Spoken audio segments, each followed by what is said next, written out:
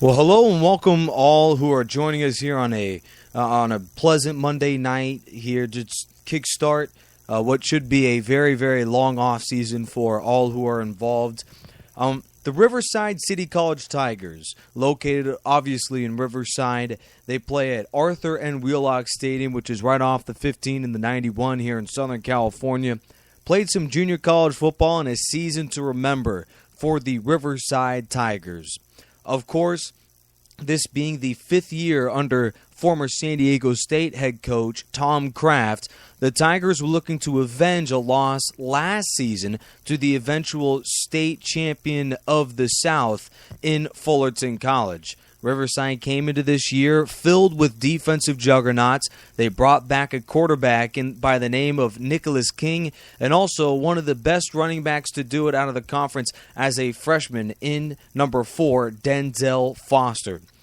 You take a look at the 2014 campaign for the Tigers, and it really got off to a hot start as Kelly Helinski, who was the initial starter to begin the 2014 campaign, engineered a wild but extremely impressive opening day win at home against Bakersfield College to kickstart what would be a very up-and-down season, a roller coaster, if you will, for the Riverside Tigers. They won by a 48-point margin to kickstart the year before they took the road to take on two unranked ball clubs. At first it was Saddleback, then on the road at San Diego against Grossmont College.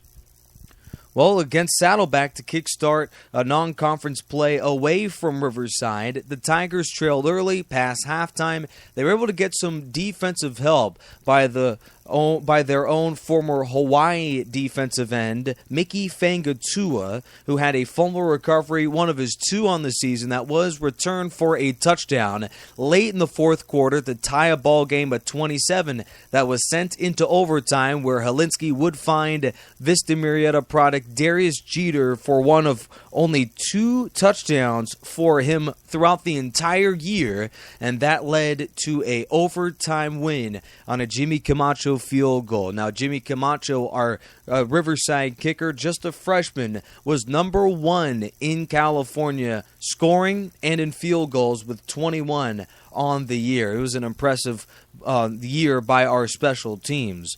Week 3 came the Grossmont College Griffins, and boy, what a charade that was. The Tigers fell behind 35-7 before losing by a 10-point margin, 38-28. We committed 8 combined turnovers, and the offense really couldn't get anything going. They were almost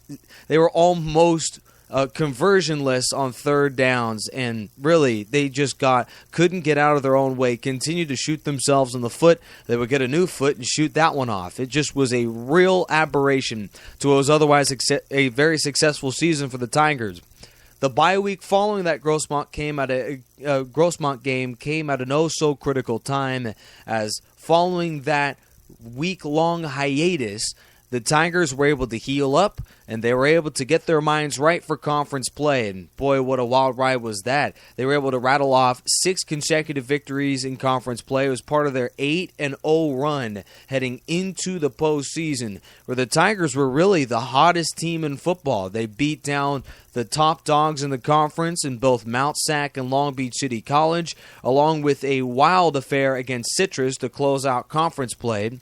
They were 6-0 coming out of their conference, and 10-2, or they were, 9-1 overall. They were able to win the following week against Ventura before a loss against Mount Sac. And really, the Tigers, if you take a look at the year, it was a year to remember also by their ability to, despite the flux at all positions, were still able to make plays. They faced numerous injuries, both of the wide receiver front and also academic allegations from the defensive side, most notably cornerback and one of the best to do it in the junior college level, Trayshawn Broughton, the Oregon State commit, former Marietta Valley Nighthawk. He recorded 5 interceptions in a little over a half season. He had to sit on the sideline for the Tigers' playoff run. Riverside finished 10-2. They lost in the Southern California championship game to Mount Sac, who will take on City College of San Francisco in about a week and a half. And I honestly believe that this may be the best team out of junior college this year. I believe the Mount Sac Mounties will win here in their own place in about a week and a half. That will be at Walnut, California. Hilmer Lodge is the site. Well, it was also a wild ride, not only for the injury front, but also at the quarterback position. We switched from a former Columbia University transfer and a man who actually may be on his way to play advances football at Maryland University, received a scholarship from there during the middle portion of the year. It was ironic. He received the offer and then ended up being benched. That was a definite curious time to get a scholarship offer, but in came former El Camino College quarterback, a transfer from there in Nicholas King, a redshirt sophomore out of Westchester High.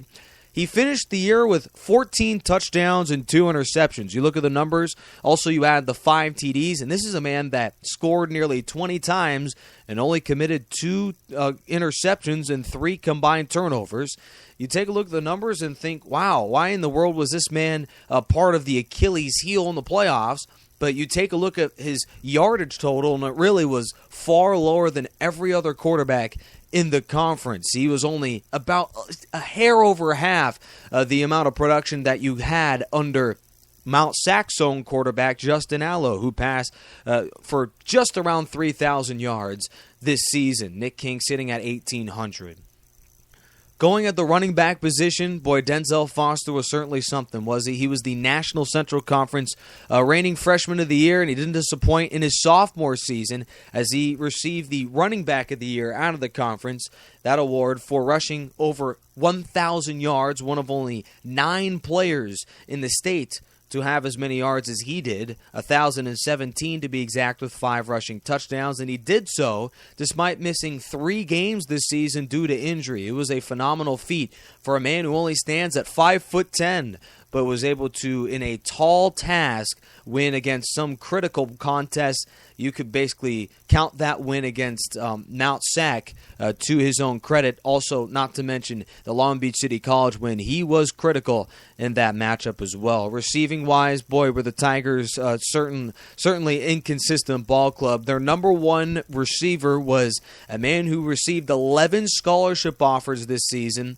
He waited his turn to become the number 1 man. He was hidden behind the lineup back in 2012, redshirted last year, and now is a man who, as a redshirt sophomore, received 11 offers, including a USC and teams who he expects to go to. Putting in their top 3 includes Cal, Louisville, and West Virginia. Not to mention the Florida Gators are in the mix as well. But their number 1 target, to prove the kind of offensive ineffectiveness they had, their number 1 target only caught 51% of the passes going his way. It just showed how inconsistent that team was throwing the football. They finished 33rd in the state.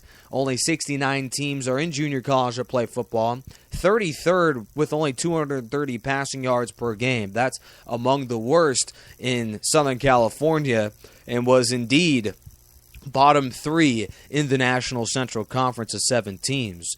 Other guys that made big impacts were a 5'10" receiver in Michael Stallone, second on the team in catches. The 5th ranked tight end in the state of California, Matthew Morin, committed to Arizona earlier on in the season. Ironically enough, he was a former quarterback. He was almost a part of that Elite 11, which many regard to be a tremendous showcase of talent at the quarterback position. Well, he couldn't make it there, couldn't make it at San Diego State after he committed there via scholarship, and ended up coming to Riverside in order to make more of an impact following 1 year with Fullerton College, ironically enough. Fullerton really fell into the dumps this year, and boy, did Morin play awfully well with 21 grabs, 218 yards, and a touchdown against Chaffey College. Other men that were awfully impressive include Alejandro Marenko, but boy, when it mattered most, Marenko in the SoCal Championship game didn't record a single catch and was frankly non-existent in the Tigers' 21-point loss to Mount Sac. Defensive guys that really proved to be a go-to unit included Jeremiah Mitchell. He committed verbally to Marshall University, but may indeed decide to go to Oregon. He received a scholarship offer from there last month. the junior college linebacker of the conference, and actually was the player of the conference and among the best in the state as well. And A.J. Hotchkiss, just a freshman, bounced back from Wyoming University. If this man decides to stick around, this may be the key to a championship puzzle next year for the Tigers. This was unquestionably one of the best freshmen in the state of California. A.J. Hotchkiss, 101 tackles, which was third in the state.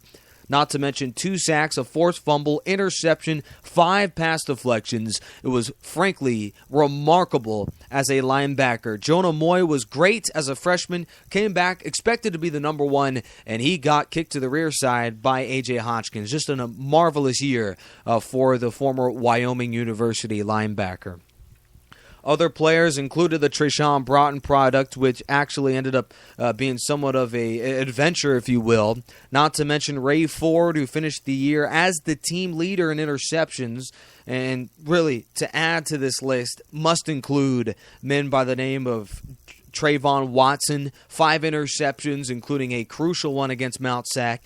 Not to mention guys who did have to step in with the loss of Broughton, Cortland Fort and Dayhone Wise, both combined with 2 interceptions and a combined 48 tackles on the year. It was just a great season for the Riverside City College Tigers. For all who don't know, junior college is where many of these high school products who aren't going to the big-time universities go, because if you're not going to start at a premier school or be a viable portion of one, at least, as a freshman early on, why not go to a school who would be taking you with open arms and you could be an immediate starter, and also, not to mention, get your academics taken care of? That's what junior college is all about. There are 69 junior colleges in California that actually play football. There are obviously many more who don't, but not only are there 69 in the state, but there are 141 in the country, and the Tigers finished the entire season ranked 10th in all the land, and only behind 3 other schools, San Francisco, Mount Sac, and Long Beach City College, as now the number 4 team in the state, following their loss, of course, to Mount Sac, who was obviously very disappointing, but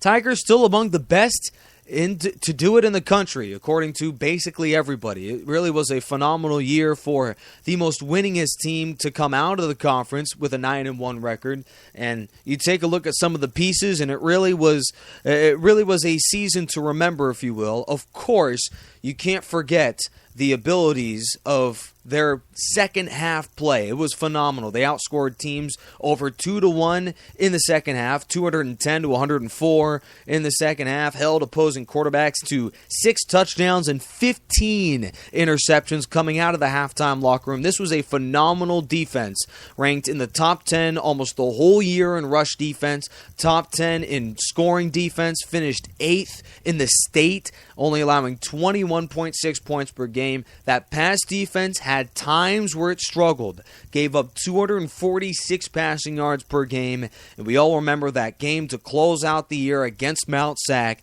a 35-14 win for the Mounties. It was a disaster after halftime. They could not stop either Allo or the conference running back runner-up in Orange Coast transfer Omar Estolber, who finished actually as the number 1 rusher in terms of yardage in the conference, and he has another game to go to prove his dominance in the state championship. But that defense was frankly remarkable. They scored 6 separate touchdowns, 3 safeties, 35 combined sacks, and were 3rd in the state with 23 interceptions, and the number 1 team in the postseason coming in interceptions with 23, of course. They didn't record any in Mount Sac, which was really a sign of things to come, if you will, or things of the past, as the Tigers last year, same exact story. They crumbled in the SoCal Championship, and now Tom Kraft, coach of the Tigers, is 0-2 in the big game. It just really goes to show that the Tigers, despite their ability to replenish talent with talent, they had West Virginia starting quarterback now, Skylar Howard. He was a member of the Tigers last year, and Howard could be well on his way to the NFL, given he gets things going with the Mountaineers in the next few years, continues to progress. The Tigers always seems to replenish talent, but it seems to be the same old under Tom Kraft. Many call him to be in his final few years, if you will. This man is nearing the age of 65 and may have even got there already. And this is a man who has continuously fell short. In his 4 years with the Aztecs, he never put together a winning record and never